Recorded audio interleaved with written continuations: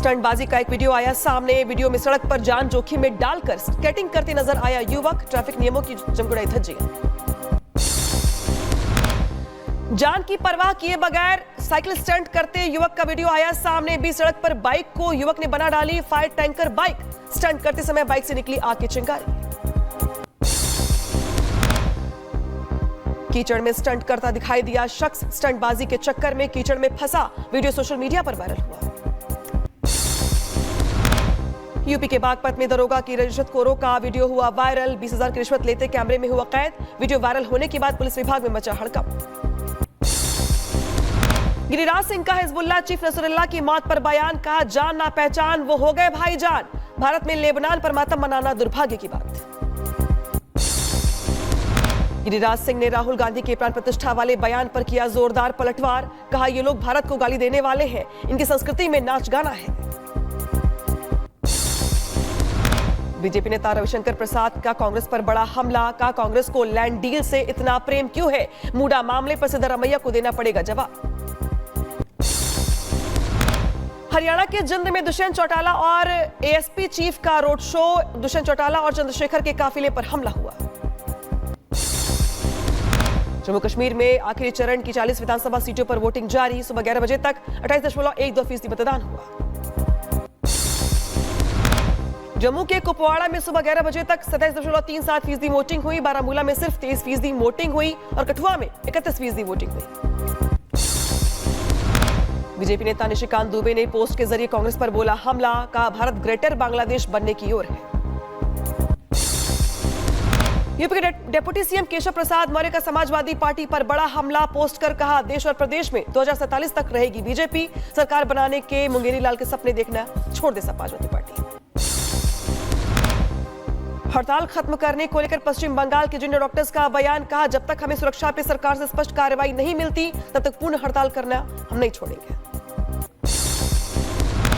Bulldozer action पे supreme court में सुनवाई हुई। सुप्रीम कोर्ट ने कहा अवैध निर्माण पे होनी चाहिए कार्रवाई। अतिक्रमण को हटाना ही होगा। जनता की सुरक्षा के लिए यह जरूरी है। बुलडोजर एक्शन पर सुप्रीम कोर्ट का फैसला सुरक्षित। बुलडोजर एक्शन पे गाइडलाइन बनाएगा सुप्रीम कोर्ट। अगली सुनवाई तक बुलडोजर एक्शन पर रोक लगी। दिल्ली शाही ईदगाह मामले में हाईकोर्ट में सुनवाई। हाईकोर्ट ने कहा झांसी की योद्धा है लक्ष्मीबाई। रानी लक्ष्मीबाई कोई धार्मिक शख्सियत नहीं है। 1857 की लड़ाई हम भूल नहीं सकते। यूपी के बरेली में लव जिहाद का मामला सामने आया। कोर्ट ने आरोपी को सुनाई आजीवन कारावास की सजा। आरोपी के पिता को भी 2 साल की सजा मिली। उधर बिहार के कोसी में नदी में डूबने से 5वीं के छात्र की मौत हो गई। कोसी नदी के किनारे मिला छात्र का शव। परिजनों में मचा हड़कंप। लखीमपुर खीरी में बाघ और तेंदुए के आतंक से लोगों में दहशत। तेंदुए ने मवेशी पर किया हमला। आदमखोर की तलाश में जुटी है वन विभाग की टीम। यूपी के सीतापुर में सब्जी मंडी में लगातार बिक रहा चाइनीज लहसुन। खाद्य विभाग नहीं दे रहा ध्यान।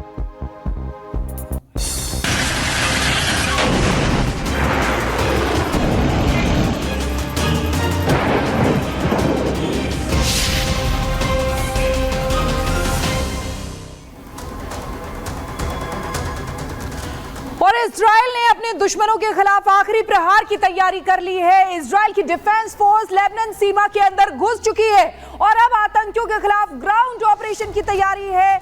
नसरुल्लाह की मौत के बाद हिजबुल्लाह और हूथी के आतंकी दहशत में आ गए हैं। इजराइल ताबड़तोड़ अटैक कर रहा है। आपको बता दें पहले गैजेट्स का इस्तेमाल किया गया, उसके बाद एयर स्ट्राइक की गई।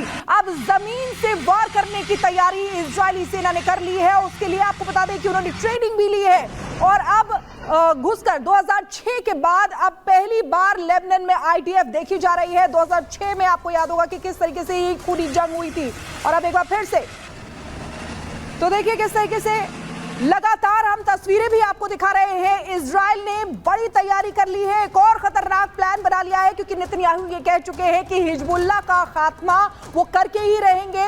भले ही हिजबुल्लाह चीफ नसरुल्लाह मारा गया है लेकिन जड़ से खत्म हिजबुल्लाह को कर देंगे। और इसीलिए देखिए उसी तरफ एक्शन लगातार चल रहा है। इजराइल एक साथ 4 मोर्चों पर युद्ध कर रहा है। आपको बता दें कि 4 मोर्चों पर इजराइल लगातार युद्ध कर रहा है। एक रिपोर्ट इसी से जुड़ी आपको दिखाते हैं।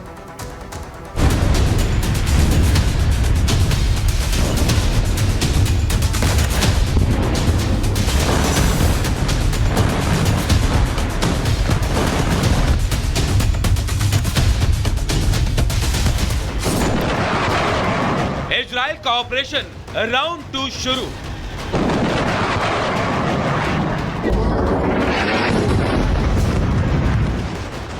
अब इजराइल की हिट लिस्ट में ईरान, नेतन्याहू की लिस्ट में अब ईरान का अगला नंबर। हिजबुल्लाह की कमर तोड़ने के बाद इजराइल ने अपने नए मिशन पर काम करना शुरू कर दिया है। नेतन्याहू का नया मिशन है हमास और हिजबुल्लाह का साथ देने वालों को सबक सिखाना, जिसके लिए इजराइल ने अब तैयारी भी शुरू कर दी है। इजराइल के वॉर रूम से आज एक ऐसी तस्वीर सामने आई जिसने दुनिया के होश उड़ा दिए। सबसे पहले आप इस तस्वीर को देखिए, फिर आपको नेतन्याहू का वो प्लान भी बताएंगे जिससे आज पूरा मिडिल ईस्ट डरा हुआ है। देखिए, इजराइल के वॉर रूम में इजराइल ने अपने दुश्मनों की पूरी लिस्ट लगा रखी है। जो लोग मारे जा चुके हैं उनकी तस्वीर पर क्रॉस का निशान है, और जो लोग जिंदा हैं और हमले के डर से कहीं छिपे हैं उनकी भी तस्वीर है। इसमें सबसे बड़ी बात यह है कि नेतन्याहू के दुश्मनों वाली लिस्ट में लेबनान, यमन, गाजा और ईरान के टॉप कमांडर शामिल हैं।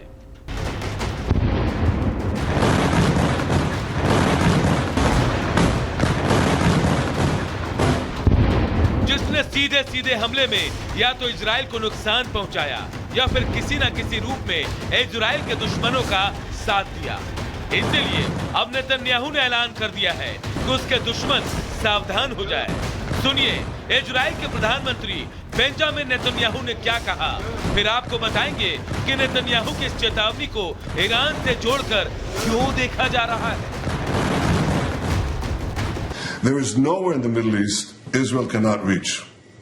There is nowhere we will not go to protect our people and protect our country.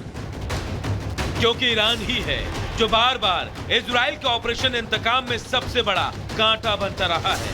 क्योंकि चाहे हमास पर हमला हो या फिर यमन पर, ईरान ने हर बार इजराइल के खिलाफ इन देशों का साथ दिया, और इसीलिए नेतन्याहू ने अब बिना डरे, बिना झुके और दुनिया के तमाम देशों की परवाह किए बगैर ईरान के सुप्रीम लीडर अयातुल्लाह खामनेई को सीधे सीधे धमकाया है।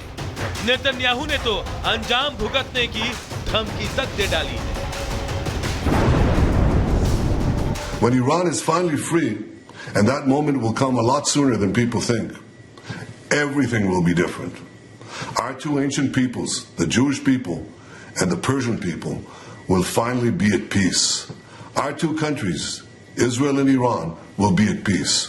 When that day comes, the terror network that the regime built in 5 continents will be bankrupt, dismantled. Netanyahu की इस चेतावनी से साफ है कि अपने दर्जनों दुश्मनों को मौत की नींद सुलाने के बाद भी नेतन्याहू का गुस्सा शांत नहीं हुआ है। हमास ने पिछले साल 7 अक्टूबर को इजराइल में घुसकर जो नरसंहार किया था, उसके जख्म आज भी नेतन्याहू को बेचैन कर रहे हैं, और नेतन्याहू अपने जख्मों को भरने के लिए ले रहे हैं तो सिर्फ इंतकाम।